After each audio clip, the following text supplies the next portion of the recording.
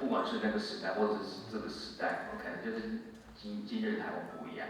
假日军队的是你有保证有一个住的地方啊，还有山城可以吃的，好 ，so yeah, but also like it would have been nice to kind of put a graph to compare, and it looked like I get the feeling that you're trying to do a comparison, but perhaps at the time constraint, and I believe this is perhaps still a preliminary stage, right? Because I see that you're an expert, obviously, in Indonesia, and perhaps you need to do a little bit more, consult with more Taiwanese sources to make a really good balance. 所以我觉得这个比较，我就发现他的 paper 里头，因为他是印尼的专家哦，当然就是那一方面的历史，我觉得是写得很好。可是台湾的部分呢，我觉得是他可能是要多一点参考多一点，就是文献才可以说是比较平衡的比较吧。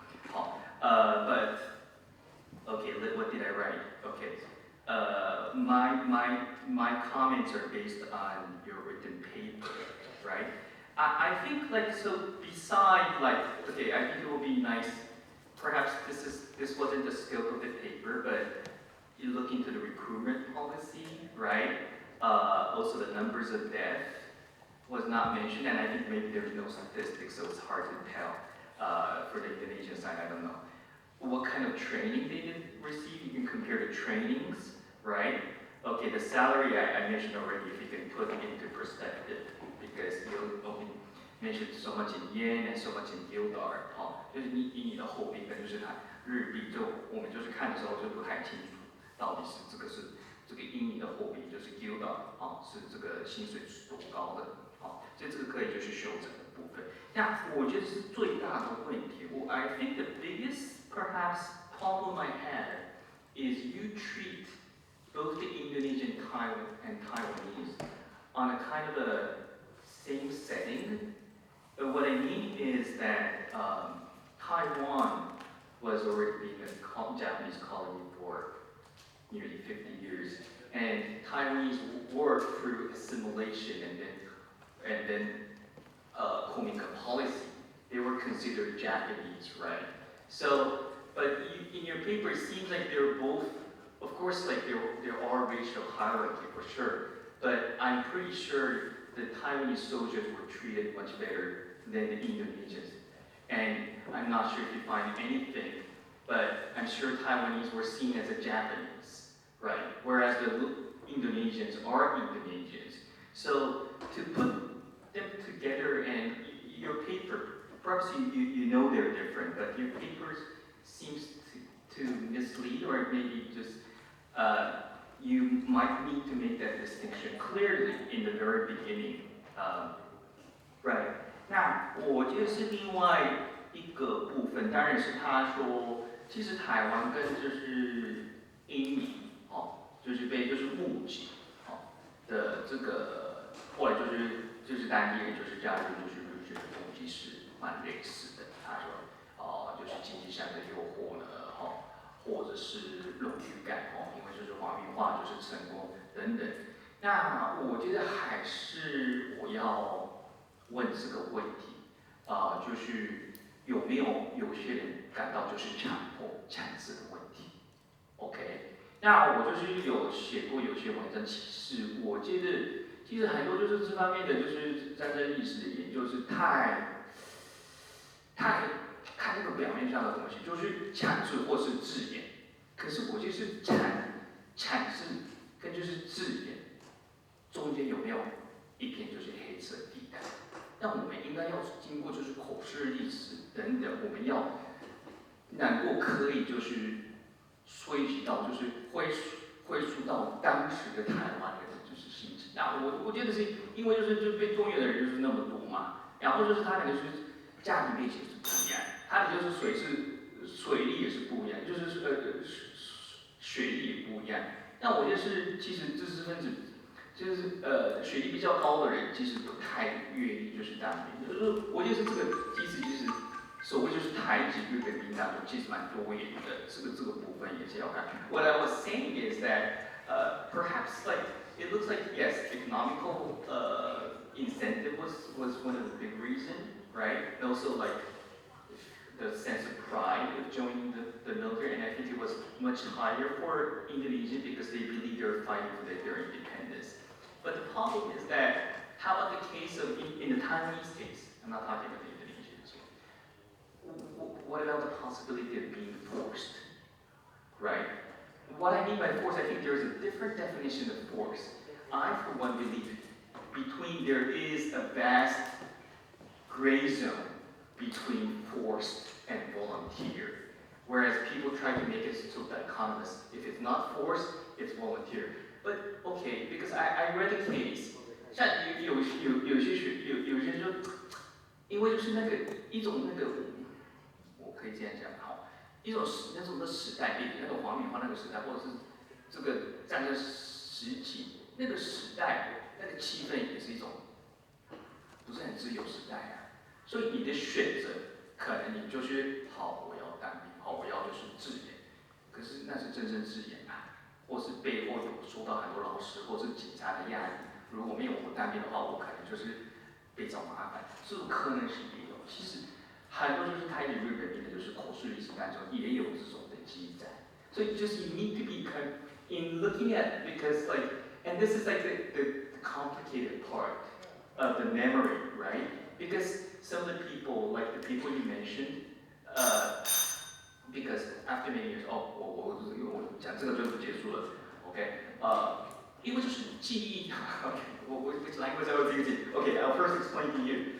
Because memory is a living thing, right? What these people experience and what they tell you today could be very different. So that's really I'm more interested in the post-colonial memory.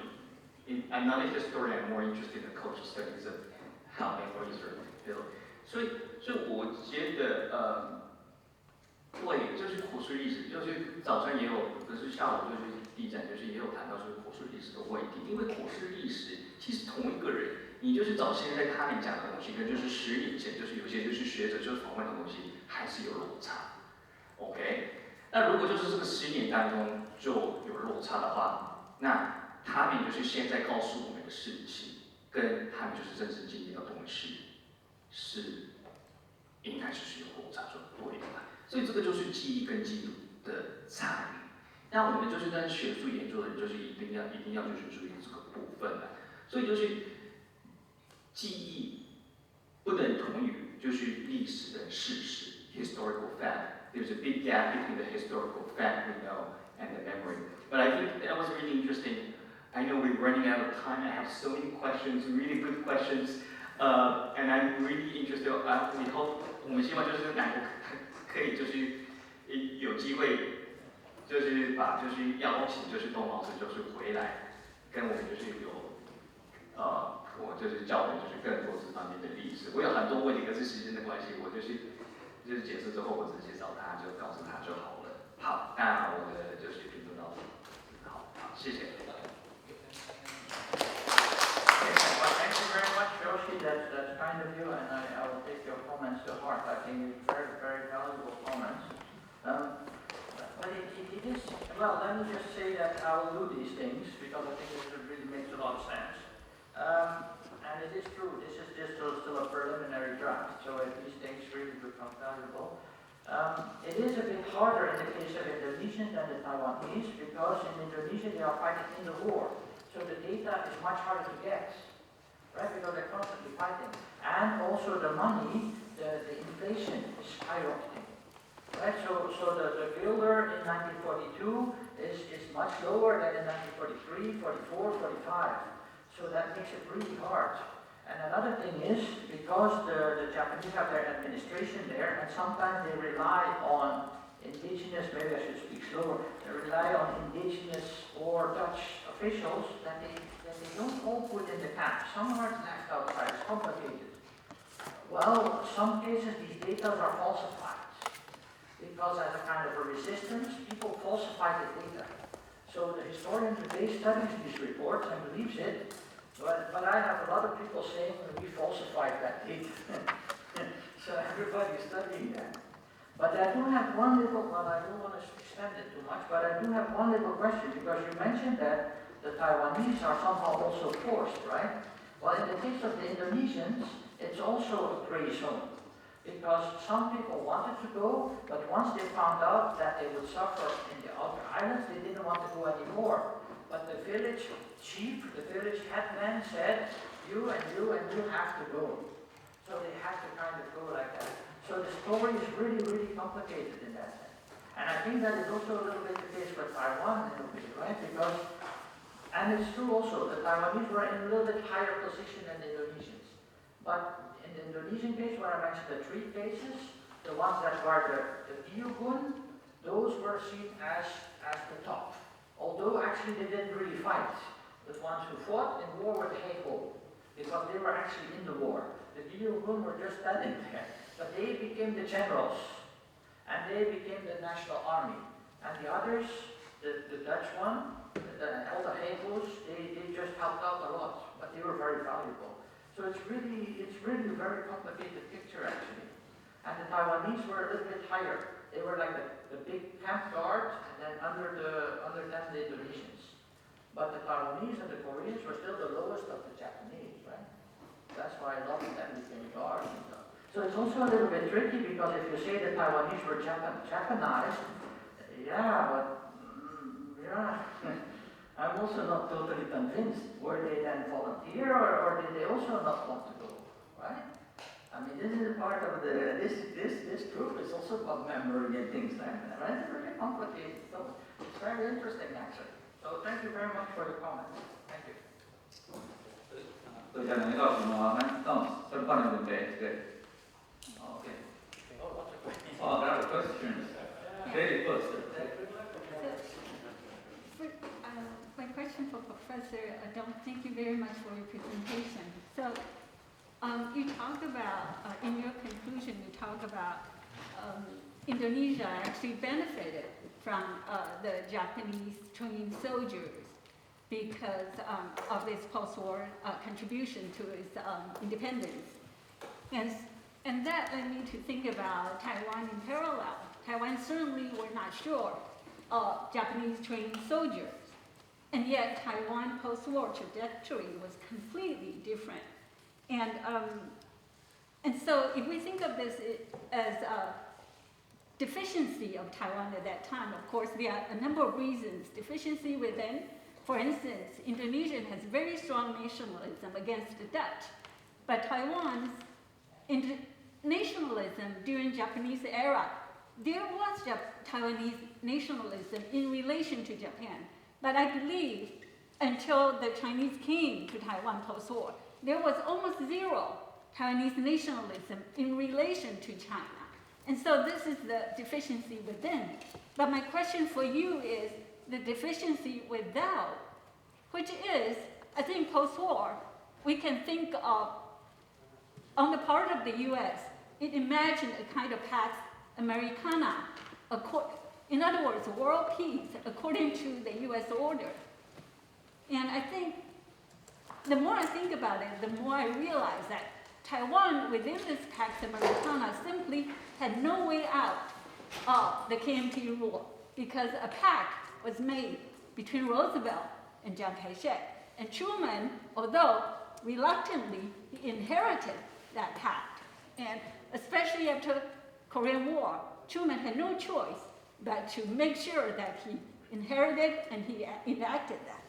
But so now come to my question for you, is that within this post-war Pax Americana, Taiwan's position, and yet Indonesia, I'm just really curious, in this same sort of post-war structure,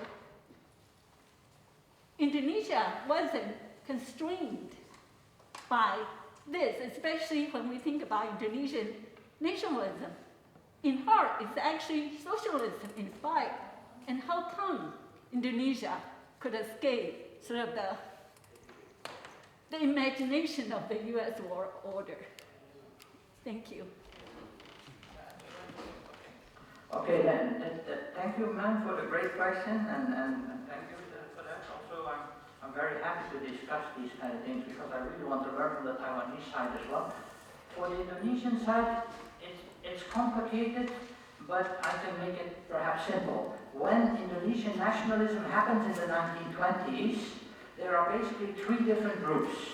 One group is the Islamic group, religion-based, and the strongest religion is Islam. So they use Islam as a kind of a power. The other group is the Western nationalism. There's like Sukarno or Hatta, the vice president.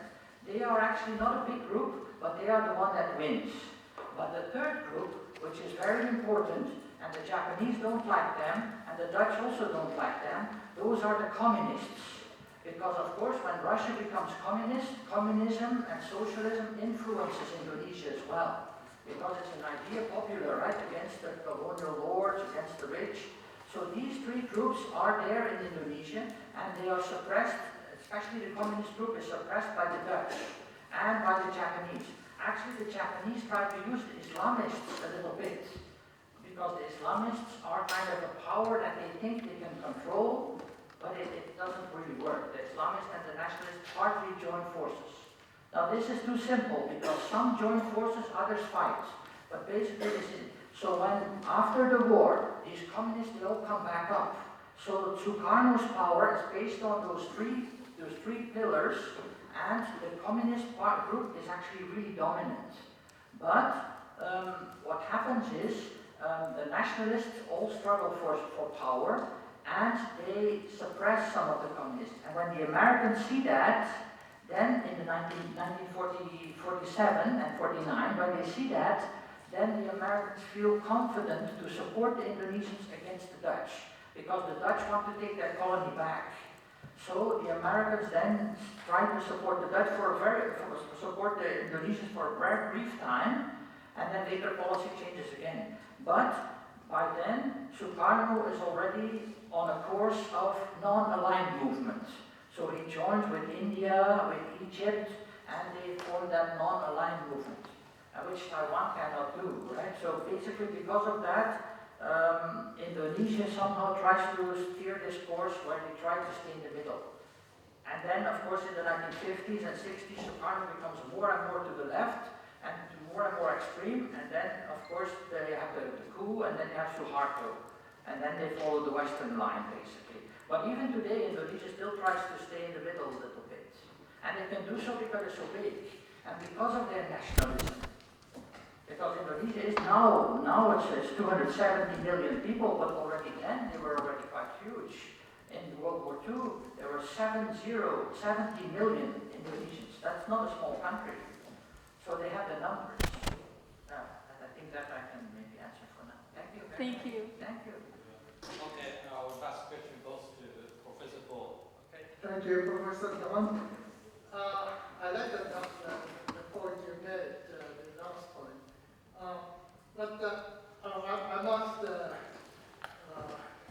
I'm a survivor of the World War II.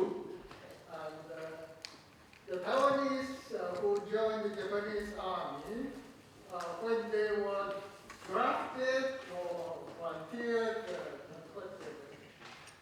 the family were crying. They were, to say, forced to go. My brothers, my elder brothers were. And then comparing with the Indonesian, the Taiwanese during the 20th century did not have the Westerners as rulers over them.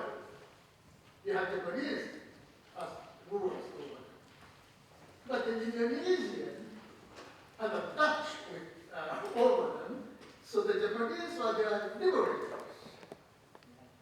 So when Japanese asked them to join the Japanese army to fight the white people, and they promised them independence after the war, they would be willing to do it. But the Taiwanese, when we talk about Taiwanese, now this brings to another point about the compensation request, the difference between the Indonesian case and the Taiwanese case. The Taiwanese couldn't get it because the Allies forced Japan to sign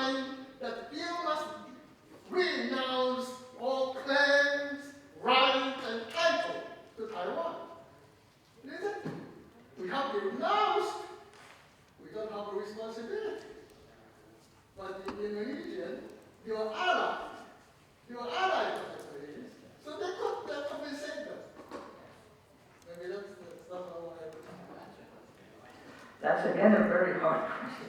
But I thank you very much, Professor, for that really good comment. And I'm happy to learn because you were there, right? So you know what happened. But in the Indonesian side, it's also not that simple because I mentioned that in the beginning they allowed the Indonesian flag. But once that the Japanese have full control, then they don't promise independence. They only start to talk about independence when they are losing the war. In 1943, when they already have several setbacks. So the more they're losing, the more they promise to the Indonesians because they want them to help. But Indonesians, the young Indonesians believe it. But the smart Indonesians don't. But they go along. That's what they say. But maybe they go along because of nationalism or maybe because they were forced to. Because those Indonesian leaders who did not listen to the Japanese, they were killed. If you didn't listen to a Dutch person, you went to jail. But if you didn't listen to a Japanese person, they killed you and tortured you first. Right? That was the standard practice.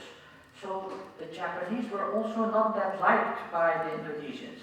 And after the war, actually, it's true. Some of the young Japanese, they also believed that they were trying to do something good. So some of the young trainers, especially of these young elite army, they felt that they were now cheaters because they had to let go of the Indonesians. So in a way, some of them stayed and helped, but most did not, most did not. And the number that stayed was very limited actually.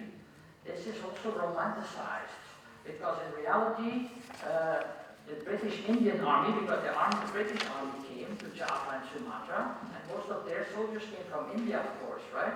So these British Indian people, they also wanted independence from Britain. So a lot of them also were deserters. And the number of deserters from the British Indian Army is about the same as from the Japanese Army. So maybe, actually, there were a lot of Koreans on Java. Maybe if the Taiwanese had been not in Morotai, but maybe in Java, maybe they would have now been seen as the heroes fighting with the because the Indonesian nationalist movement is mostly on Java and Sumatra. So that's why the region matters. If you were on the outside islands, even if you were a nationalist, you weren't strong enough. Java and Sumatra is where the numbers were. So it's very complicated because of that. So it's really, like you say, it's very complicated. Thank you very much. Okay, that's an encouraging discussion of this section. Thank you for Professor Dhont and Professor Mais. Thank you. If you have further questions, please raise it in the next session. Okay. 现场ending就先这样。好，不好意思，因为时间有点耽搁，所以我们会直接进行。